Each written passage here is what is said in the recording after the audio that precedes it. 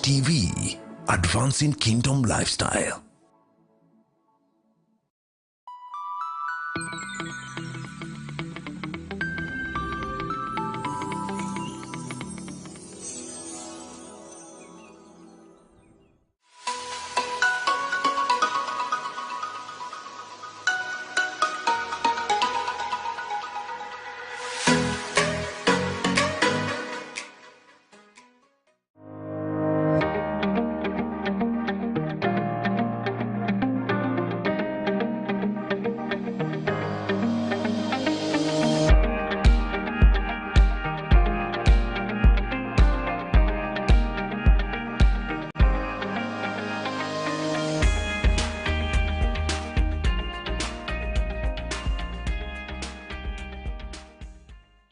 Ladies and gentlemen, welcome to another episode of the Gigi Report. I'm your host, Godfrey Gishoke.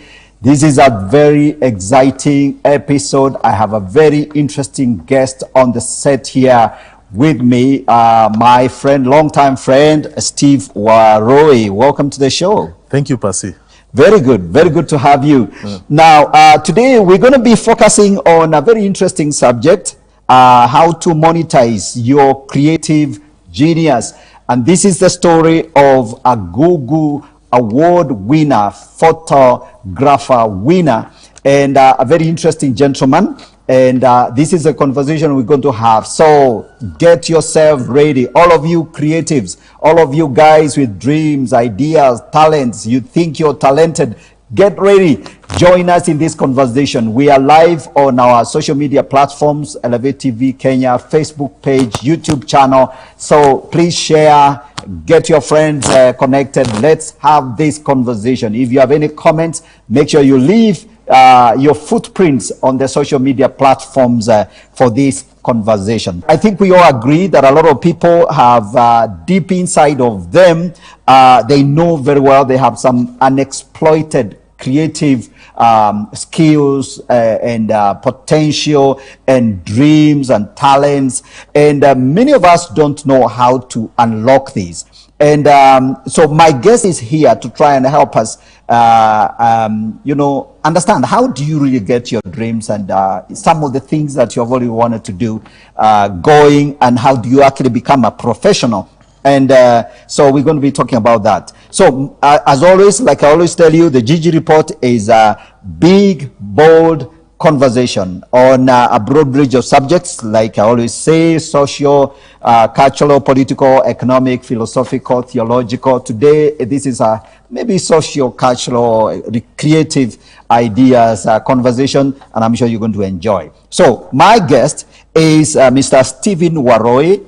Mr. Waroi is a professional photographer and a classic cars enthusiast.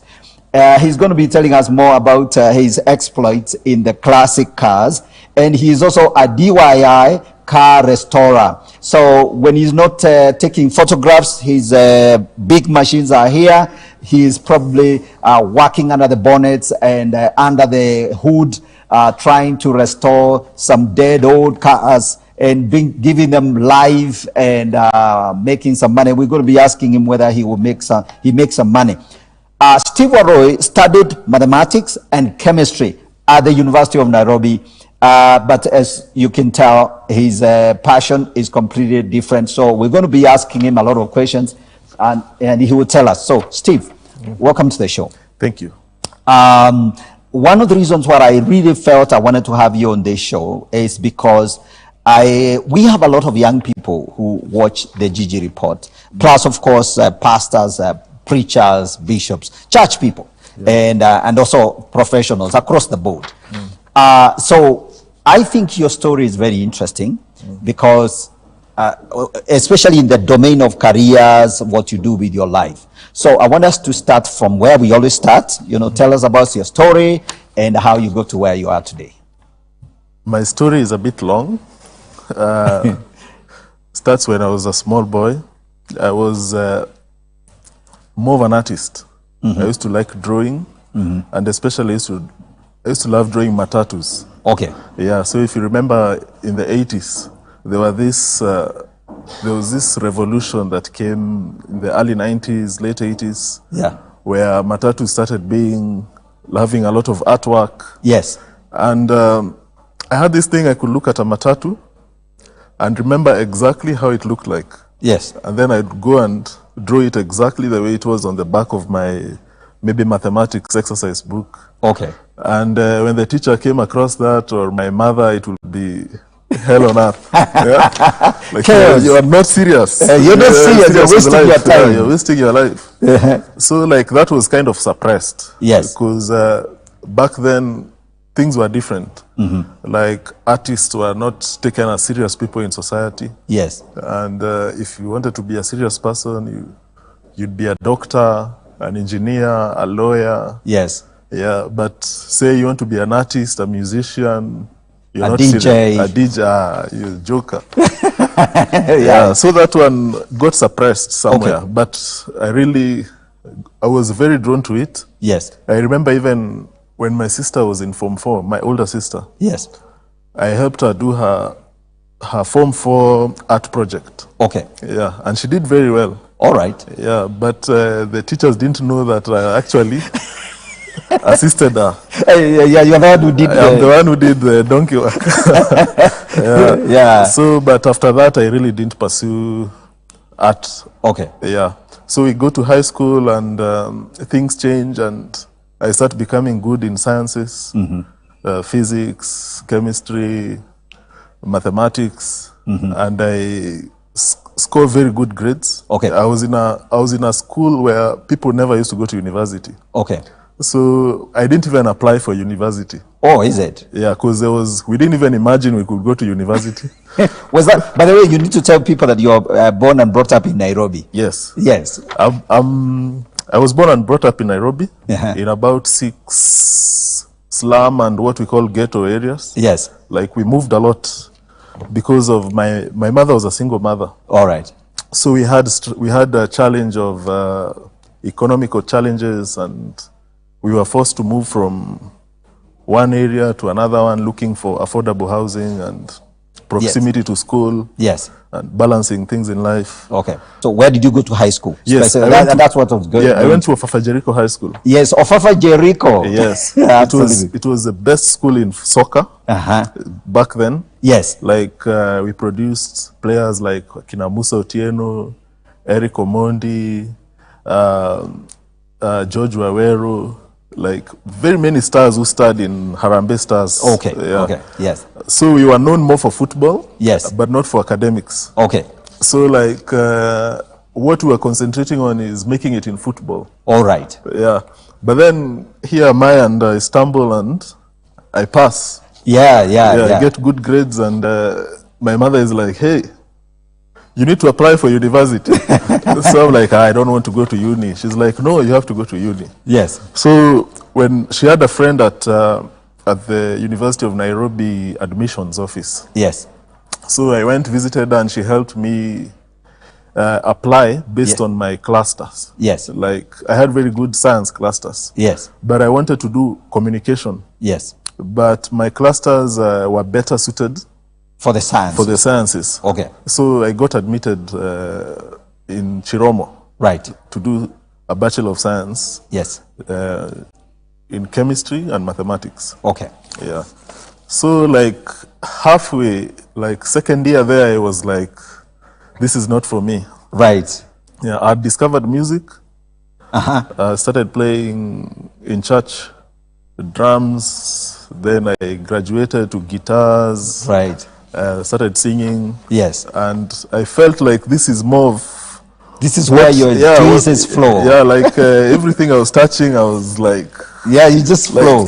Like being anointed and like really prospering. Okay. So I felt like I should explore more of music and arts. Yes. Because at the same time also, I had just discovered computer graphics. Okay.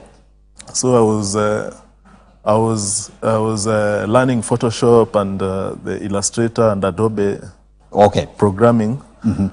And I became really good. I was actually helping my friends at ADD. ADD is architecture, drawing and design. Yes, the drawing and design, guys at the University of Nairobi. Yeah, department at the University of Nairobi. I was actually helping them with their projects when it comes to Adobe, Photoshop, I got a part-time job with an NGO called I Choose Life, where I'll do posters for them. I started doing posters for guys running for elective posts at SONU, the student organization of Nairobi University. Yes. So I was making money. Yes. And at some point I realized, hey, I am a part-time student. Okay. Yeah. I'm not You're not a full-time student, you're a part-time student. Like I remember, I have a cut tomorrow. Like, I've not even studied for it. Yes. Or I've not been attending classes as I should have. So I told my mother, one day, I told her, hey, Mom, I think we'll quit. Okay. Yeah. I don't think you can finish. I'm going to finish. Yeah, but anyway, so because I want us to cut to the chase. Okay. So you didn't quit university somehow. No. Your mom persuaded you to stay on, and you graduated. Yes. So how did you get to camera works? Where did your connection with cameras come in? So my connection came after I graduated. I never used my degree. Yes. It's in the same folder I kept it. Yes. I was already working, doing graphics works for many people, like freelance. Yes. So we got to a point, we were involved in a students' church ministry to the university called The Journey. Yes. So I would reach out to campus students. Yes. So I was doing graphics for them, and I was designing a magazine called The Campus. It was called Campus something. People would bring me stories, and I would do the layout and try get pictures related to the stories. Yes. But that became a challenge to me because the pictures I would get and the stories were not, quite matching. Yeah, like you get a story like my sister got pregnant, and like you cannot get a picture to really show that emotion. Like you're disappointed in your sister. Yes. So I started thinking, can't I get a camera? Yes. And do like pictures, try get pictures to suit these articles. Yes. Yeah, that's how I started slowly getting involved in taking pictures in church. Okay. Just as a hobby, small time. Yeah. Until one time a friend of mine tells me, hey, I need you to cover my wedding. Okay. Yeah. So that's when you showed up for your first... my first wedding. Yes. I didn't even know what you need to carry. Yes. Because I had a Nikon. Yeah. Nikon D60. Nikon. Yeah, it was second hand. I bought it in town for 27,000 shillings. That was a fortune. That was quite an investment. It was an investment. Yes. But after using it 3 times, the camera broke down. Okay. Yeah, and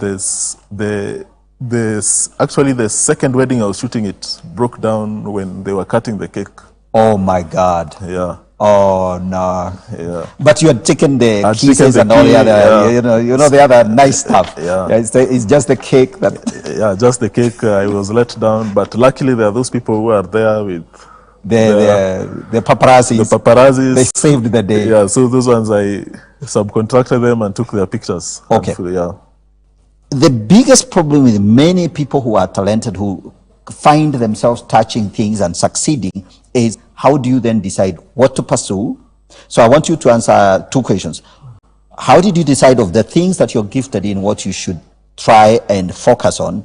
And then once you make that decision, how then do you professionalize that? Okay. At that time, when I started photography, yes, I was, like you're saying, I was in a pool of activities. Yes. I was teaching music. I was playing in bands, like with some of the very popular artists now around. Yeah. And I had now picked up photography. But then all of that was like, I really didn't know where my footing was at that time. Yes. And a pal of mine called Ernest came up and told me, hey, I need you to shoot my wedding. Okay. So I told him I can't. I have never shot a wedding before. I don't even know how weddings are charged. Yes. So it's like, I'll do research, market rate, and I'll pay you whatever the market rate is. Okay. Yeah. So I was like, that's pressure, because, you know, like now this is someone's wedding. If you mess up, there's no take two. Yes, Yeah, if yes. you mess up, you've messed up. Okay. And I've heard stories, I've seen stories of people being messed up by photographers during their weddings. Okay. And they lose a lot. Yeah, they lose the shots, they lose the records and stuff like that, and it's just disastrous. Yeah. Yes. Yeah, so he came up and told me, I've realized people are being paid this figure. So I'm willing to pay you this. Is it fine? I'm like, yeah, that's fine, but you will pay me after I deliver, in case I deliver. He's like, no, I'm sure you'll deliver. Yeah. And interestingly enough, from that wedding, what worked for me is referrals. Okay. Like people are like, wow, that's different. Because, you know, like now I approached it from a different angle, not the usual. Like those days, people would just come and take photos without any mpangilio. Yes. Per se, if I was to introduce a Swahili word, without any arrangement. Just no creativity, just snap away the cameras. And then a lot of the guys used to use the film. Okay. What do you call it? The manual. Yeah. The tape, the film tape. Yes. Yeah. And videos, they used to use the DV tapes. So like they would, once the tapes are finished, they are filled, they leave. Okay. So there was no much creativity. Okay. So like my approach was a bit different. I would try to make it artistic and make it different, make it unique. Okay. And that really appealed to many people. And that's when people started saying, I also want you to do my wedding. I also want you to do my wedding. And then I went reducing the overlap. Okay. Of now playing music and taking photos. I reduced the overlap and started relying more on doing photography. Okay. But now the challenge came. The biggest problem that artists have is management. Okay. Self-management, management of finances, and now converting the passion and setting a value. Yes. For like my service is worth this much. Yeah, my skill is worth this much. Yes. Like you'll find someone very excited about what they're doing, but then they don't know how can I charge? Yeah. Okay. How can I charge for this? All right. Yeah. That's the big problem, because so you will find a lot of people you try out a few things. Already, first of all, you are confronted with so many things. Self-doubt, for example, fasting. You had your own disaster. Before where you messed up, your camera let you down at the cake level. Now you don't know whether you should collect the full fee or you should just tell the guy, please just split that thing into half. Pay me half. I'm really so sorry. And you are a Christian. You are a nice guy. You don't want to exploit anybody. So that place of how do you really work out your self-worth and then really put that into a fee. So did you develop a formula, or how did you work that out? For me, I can say I was lucky because I played it by ear. Okay. Yeah, like I didn't have a proper direction, and that was my biggest weakness. Okay. Because I really love what I do. Yes. And I wouldn't mind doing it for free. Okay. Yeah, but at the end of the day, we have bills to pay, we have to put food on the table. And interestingly, people take advantage of that. Yes. They're like, I'll give you exposure, come take pictures at my event, you'll get exposed, and they benefit and you don't. Yes, they say, no, it's exposure. I'm giving you exposure. But you'll not pay your landlord with exposure. Yes. Yeah. So, interestingly enough, you remember where we met at BNI? Yes. By that time, I'd become really good in my craft. Yes. But I was struggling with my brand, like how to brand myself. Okay. I met a lady called Christine Casina. Yes. Yeah, she sat me down and we talked, and she told me the problem you have is branding. Okay. Yeah. Number two, you need to set a target market. Okay. Yeah. Like you cannot have one package that fits all.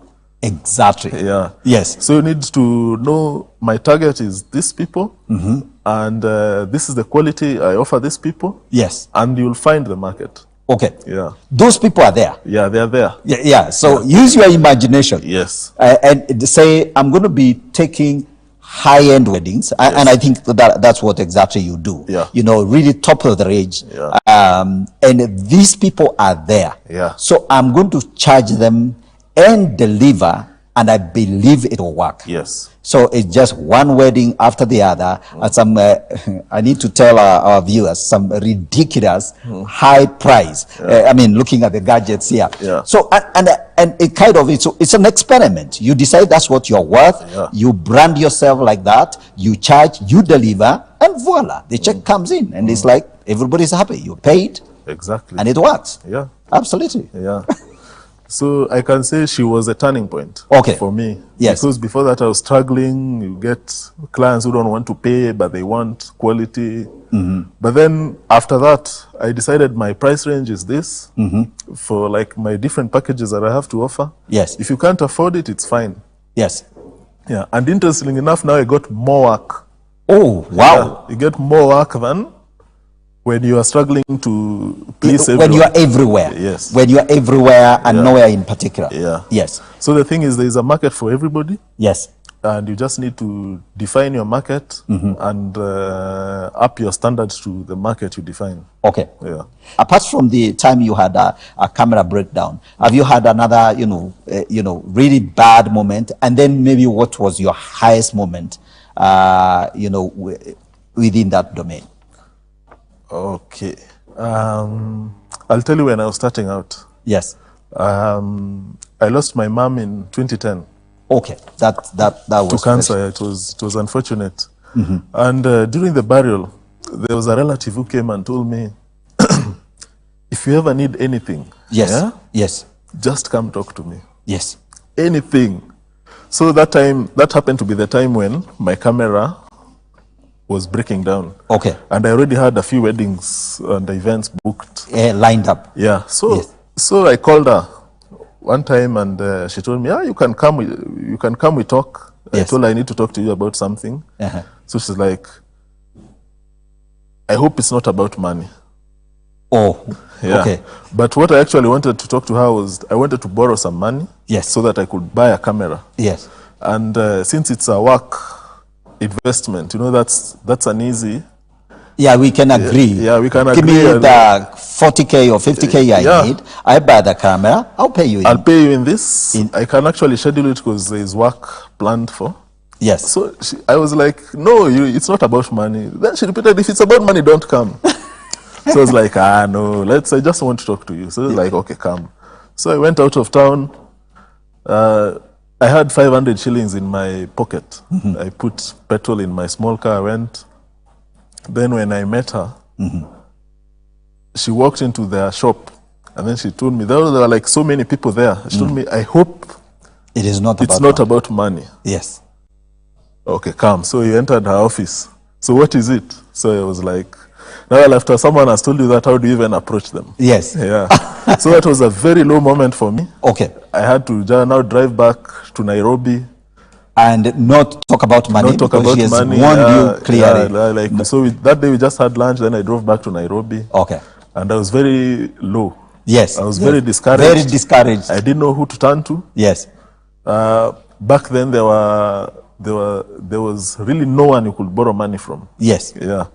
So about 2 months later, my boss at church was in the US. So he calls me and tells me, hey, Steve, is there something you'd like from the US? Okay. Yeah. I was like, yes, but I don't have money. Yes. Like, no. Just tell me what it is I'll bring and then we'll work out the money bit. Yes. And I'm like, are you sure? He's like, yeah. So I told him the camera. I needed a camera ABCD. He's like, fine, no problem. Yes. He brought it for me. Wow. So that was a high moment for me. Yes. That came out of a low moment. Absolutely. Yeah. Absolutely. Yeah. Ladies and gentlemen, I believe you're glued on your chairs like I am here. I mean, I am absorbing everything. We're going to take a short break, and then when we come back, we'll continue with the story of my guest here, Steve Warroy. He's a Google Award winner, professional photographer, and he's absolutely amazing. So don't go away. Take a short break. We're coming back shortly.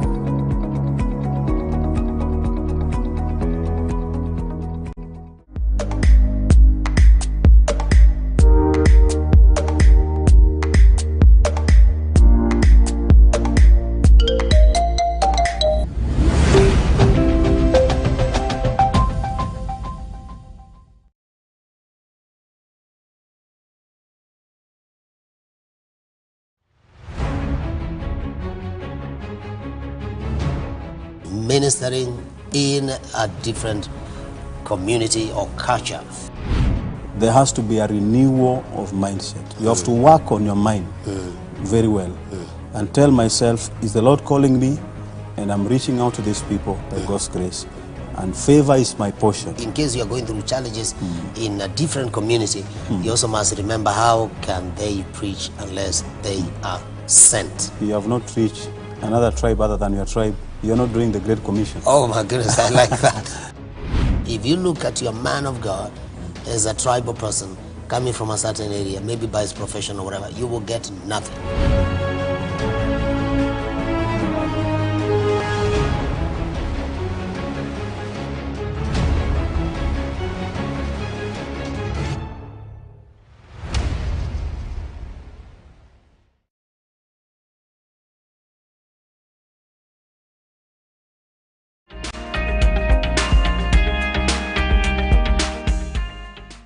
Welcome back. This is the Gigi Report. Today we are having a very interesting conversation. I'm talking to my friend and my guest today, Stephen Warroy. He's a Google Award winner, photographer, professional photographer. And before we went to the break, we were talking about, his highs and low moments. How do you monetize? What are some of the key issues?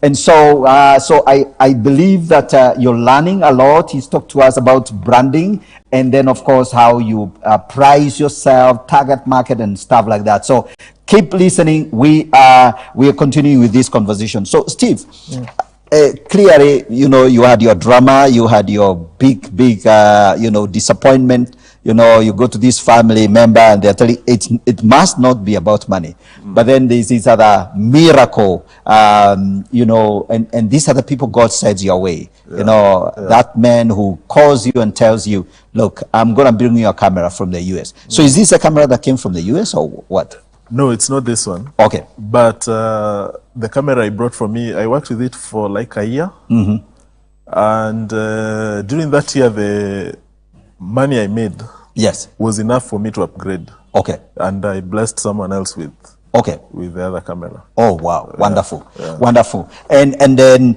the other thing is, now I want us to talk the technical stuff. Just briefly, and then we talk about the cars, the other passion of yours. So in terms of camera works, if you really want to be a professional camera, a professional photographer, you focus on photography. Your camera is the kind of cameras we see during the Premier League, with those guys at the corners taking those moves, Close-ups. Yes. So in brief, what's that all about? One, you need to put in a lot of time in learning. Okay. Yeah. So like right now there is a lot of resources online. You can spend literally very little from your pocket to learn for free. Like on YouTube, there's so much resource. And if you have just even a small camera, the camera doesn't matter as much. Yes. But the person behind the camera matters more. Okay. Yeah. If the person is skilled, you can use whatever. Obviously, there will be some limitation. Yes. But you'll be better off than someone with a big camera with no skills. Okay. Yeah. So it's very important to build up your skills every day. You try learn something, try improve, try think out of the box. Think like if you are shooting events, I shoot a lot of events. Okay. And you have to constantly think like, how do I work?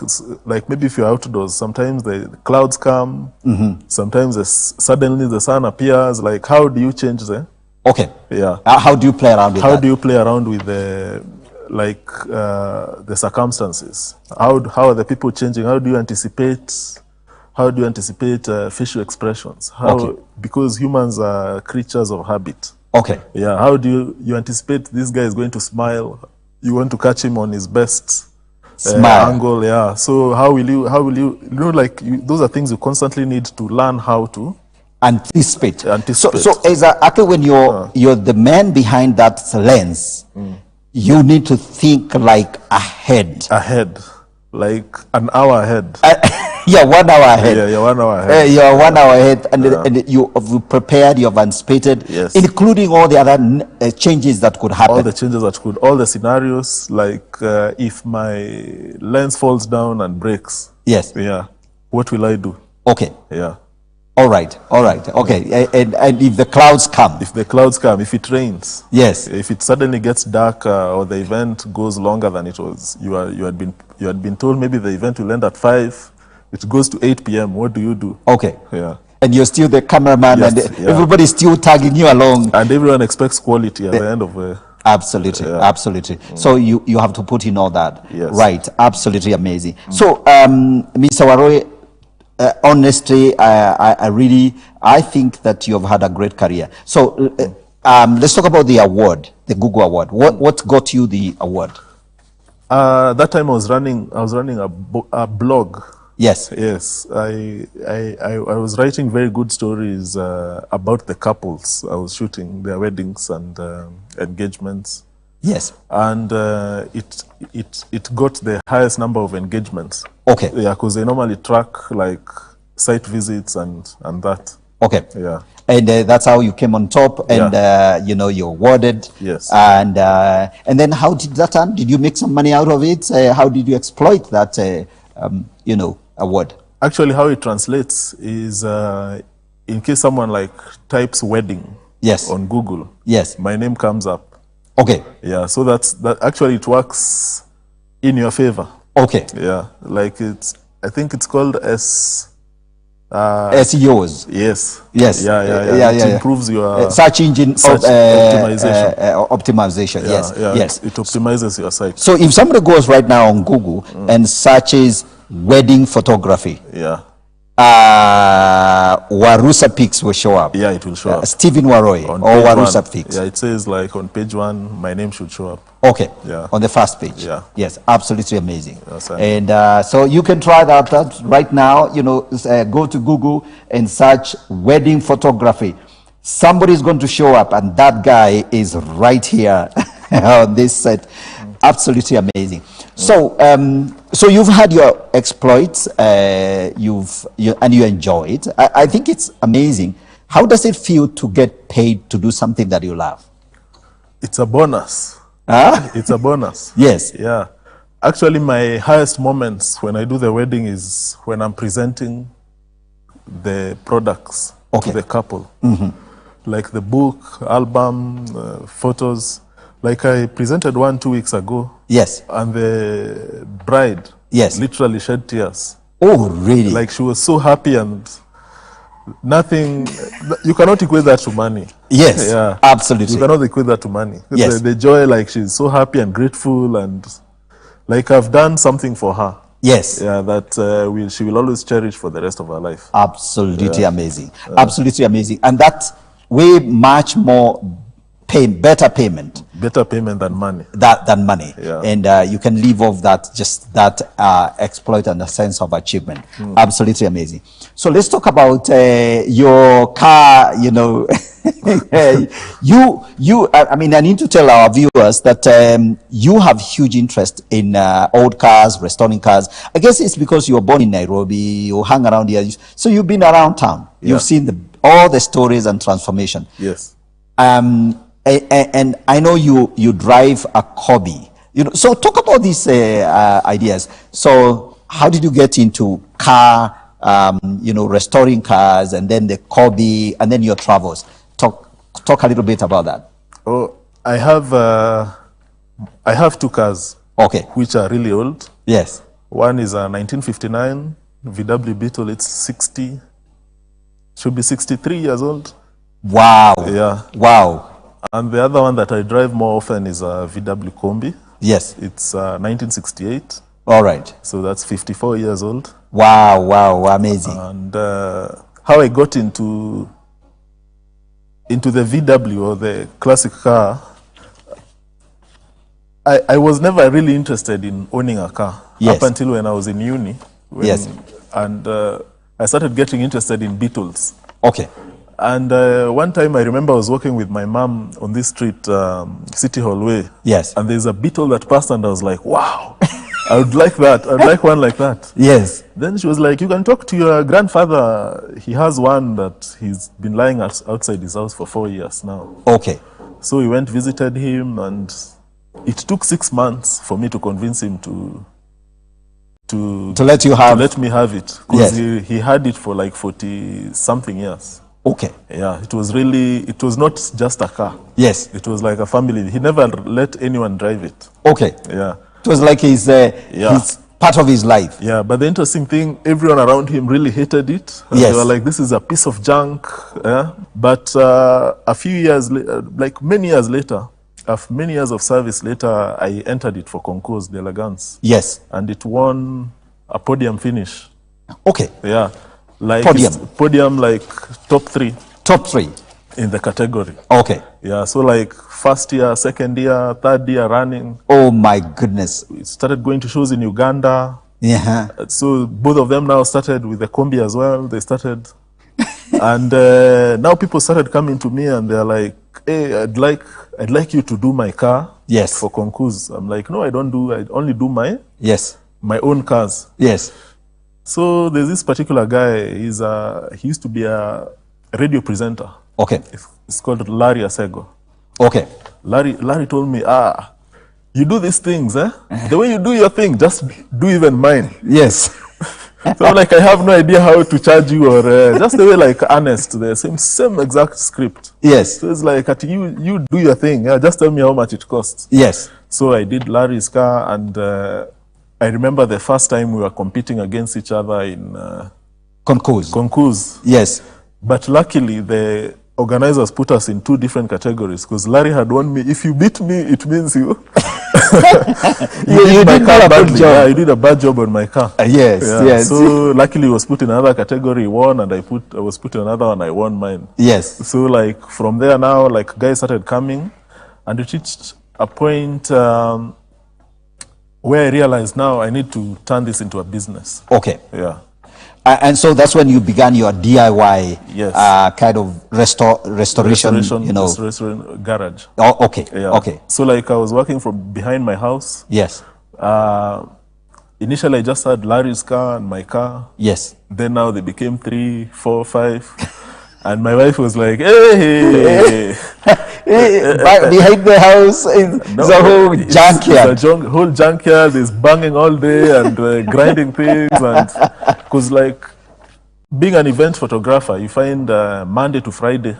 Yes. I don't have anything to do. I'm just Yes. seated. So you have your event coming on over the weekend. Yeah, over the weekend. And you have Monday to Friday. I'm just doing nothing. Absolutely. And I hate being idle. Okay.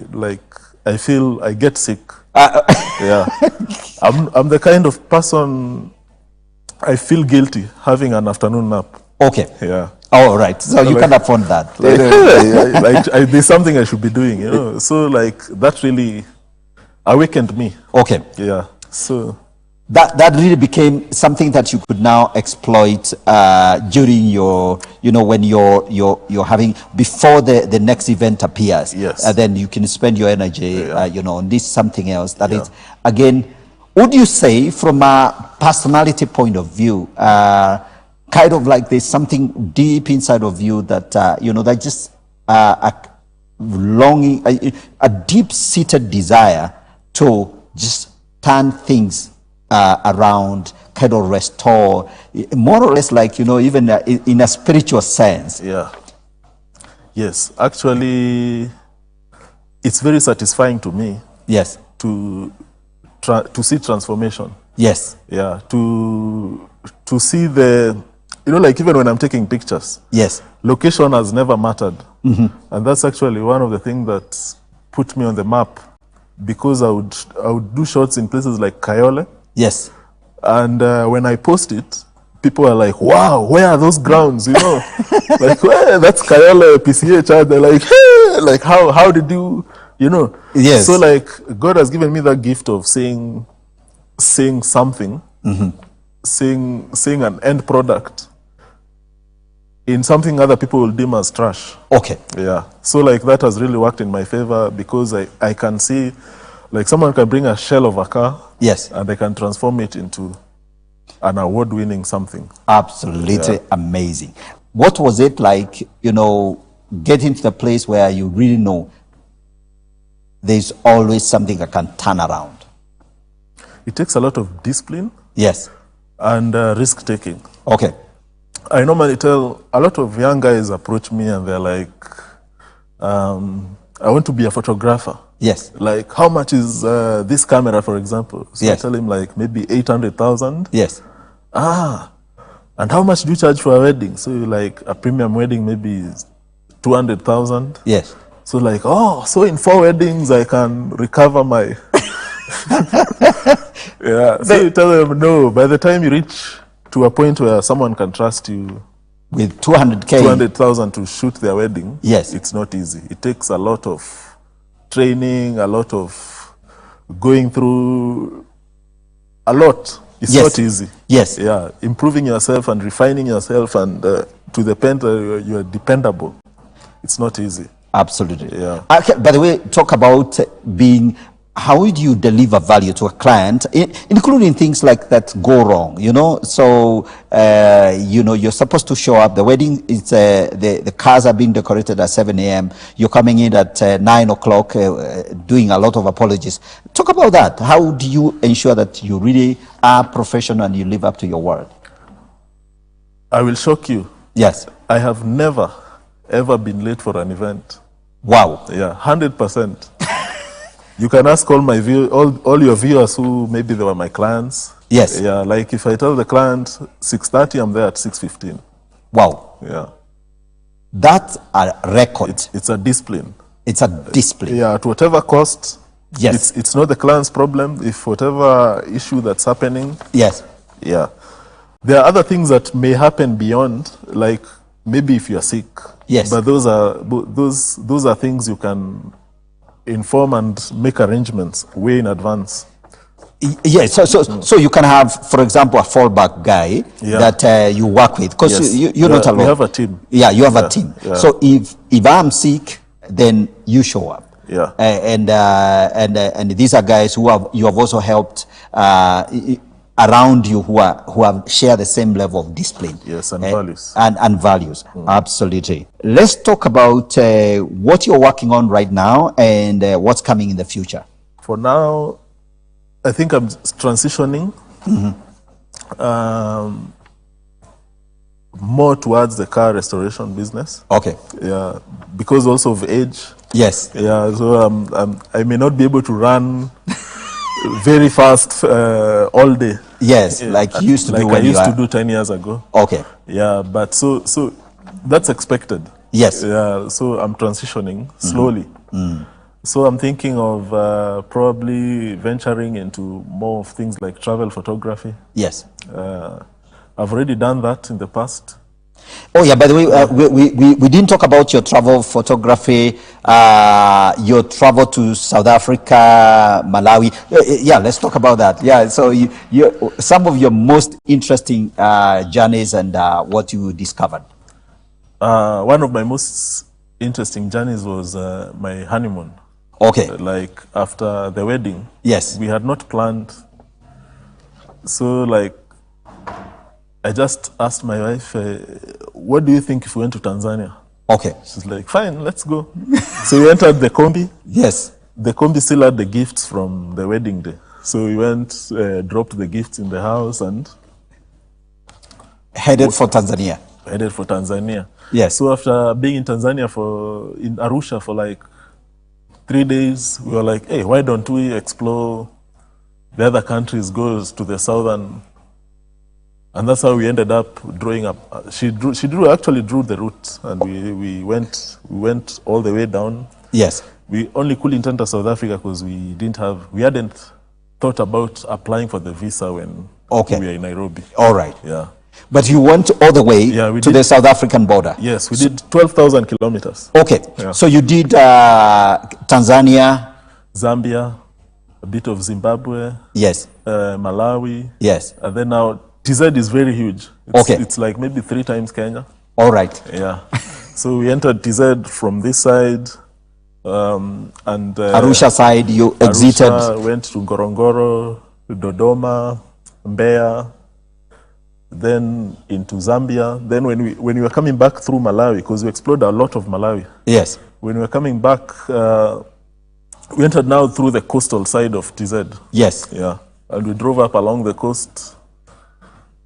Yeah, so it was a very long journey. Okay, yeah. Okay. You said how many kilometers? 12,000. 12,000. Yeah. Absolutely amazing. Yeah. And you had to service your car maybe twice or so, twice in between. Yeah. Oh my goodness, man! You're an amazing man. Yeah. I don't know whether there are people who can match your and your wife. I mean, you were just married. Yeah. I guess you had courted quite a little bit, so she wasn't like surprised by any of this drama. No. She was ready for the adventure. Yes. Absolutely.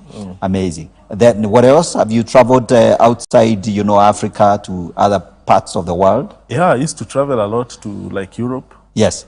But then around that 2015 when I discovered road trips. Yes. I was like, this is it. Yes. So now for me, I would rather do a road trip around East Africa, maybe to Central Africa or South Africa, than get on a plane, go to Dubai. Okay. Yeah. What would you tell a young graduate, maybe a high school guy, a high school kid who's coming off high school? He has a few dreams, like maybe he has played around with a camera, he shot a few things, maybe a birthday party, and he thinks he has a gift, and maybe they are watching us right now. And they're thinking, I think I can make a career out of this. So maybe, what do you think? What do you think they should be considering? Number one, what I tell people, I get that question a lot. Yeah. And what I tell people is there are so many things you can do, not just photography. Yes. There are so many things. It's just that somehow people get limited to a narrow margin of thinking. Yes. Like, I can only be successful if. Yes. Yeah. So the thing is to identify where your passion is. Yes. Yeah. And by that I mean, like, what is the one thing you can do for free? Yes. Yeah. That's a very interesting question. Yeah. The one thing you can do for free. Yeah. You can do it even for 1 year without being paid. Okay. Yeah. That must be your passion. One. Yeah. Follow that. Yeah. Okay. Because if you come into photography for money, there'll be times when there is no work. Mm-hmm. Like in 2020 during COVID, there were no jobs. Okay. Yeah. All right. So what do you do? Wow. Do you give up? By the way, how did you survive? What were you selling? I got into a lot of the car restoration. Okay, so that time you could work in your back garage. Yeah. No masks required. That really came through. Like, people really came out in droves. Oh, okay, yeah. Okay. People kind of like now, see, they were also idle. Like, yeah, they were idle. They were like, why don't we start this project? Yeah. Okay, so they brought you your cars. They could supervise you every day. They are showing up in the garage. I was actually overwhelmed. I had about 120 cars. Wow. What saw that? I mean, what are you talking about? Yeah. 120 cars. 120 cars. All waiting for you. We are telling them we can't take any more. They would bring them at night and leave them at my door, and they're like, you know what you'll do with it. Oh my goodness me. Absolutely amazing. Yeah. Wow. 120 cars. Yeah.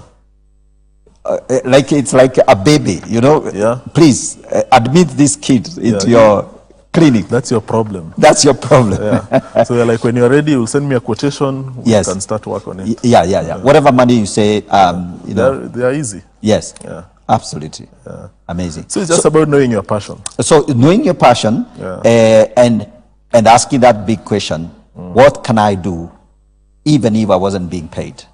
That's very important. Yeah. What else do you think they should consider? Take the risk.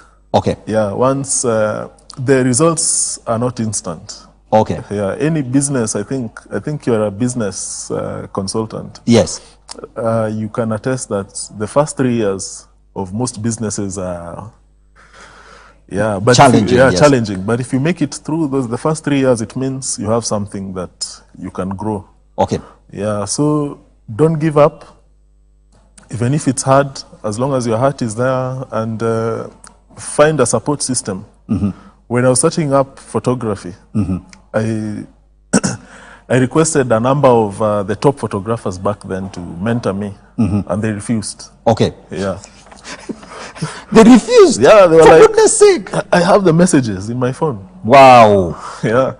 That's why if someone comes to me, they want me to mentor them, you can find me with like 10 guys at a wedding. Like, you never know who this guy will be next. People year. carrying your cameras and everything. Yeah. You are like a bishop. Yeah, going with all of them, like, yeah, let's go. Absolutely. Yeah, find someone who can mentor you. Yes. Yeah. Absolutely. Whatever line is it that you want to follow. Absolutely. Yeah. Absolutely. So look at that camera, and you have 30 seconds, and just tell those youngsters just one final thing. Hey, follow your passion, follow your heart. Don't let anybody tell you cannot do it. You can do it if you believe in yourself. You can find people who believe in you that you can do it. Follow your dream and you shall make it. Absolutely. Yeah.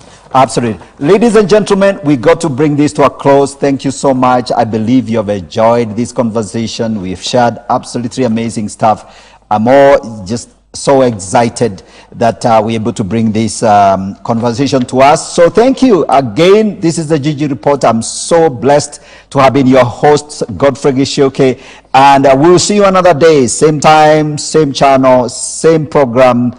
Keep it Elevate TV, and God bless you. Have a good evening wherever you're watching from. God bless you. Bye-bye.